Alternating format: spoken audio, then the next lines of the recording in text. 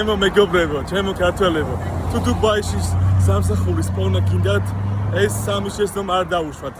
პირველი მოაწესრიგეთ თქვენი რეზიუმე. ეს აუცილებელია, ეს უნდა იყოს მოწესრიგებული, უნდა იყოს ინგლისურად კარგად წარმოდგენილი.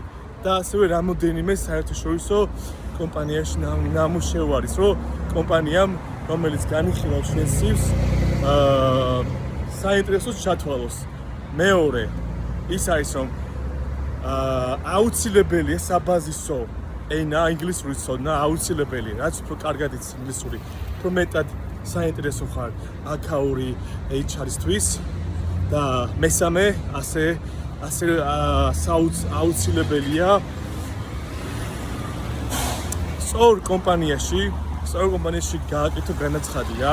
მე უკვე Telegram არხი შევქმნი სამსახურები დუბაიში და უკვე ნელ-ნელა უკვე ვწვივთავ სამსახურებს, რა ტიპის სამსახურებია, რა ტიპის ხელფასებია, ასე რომ დაემატეთ და არ გამოგჩეთ სიახლეები.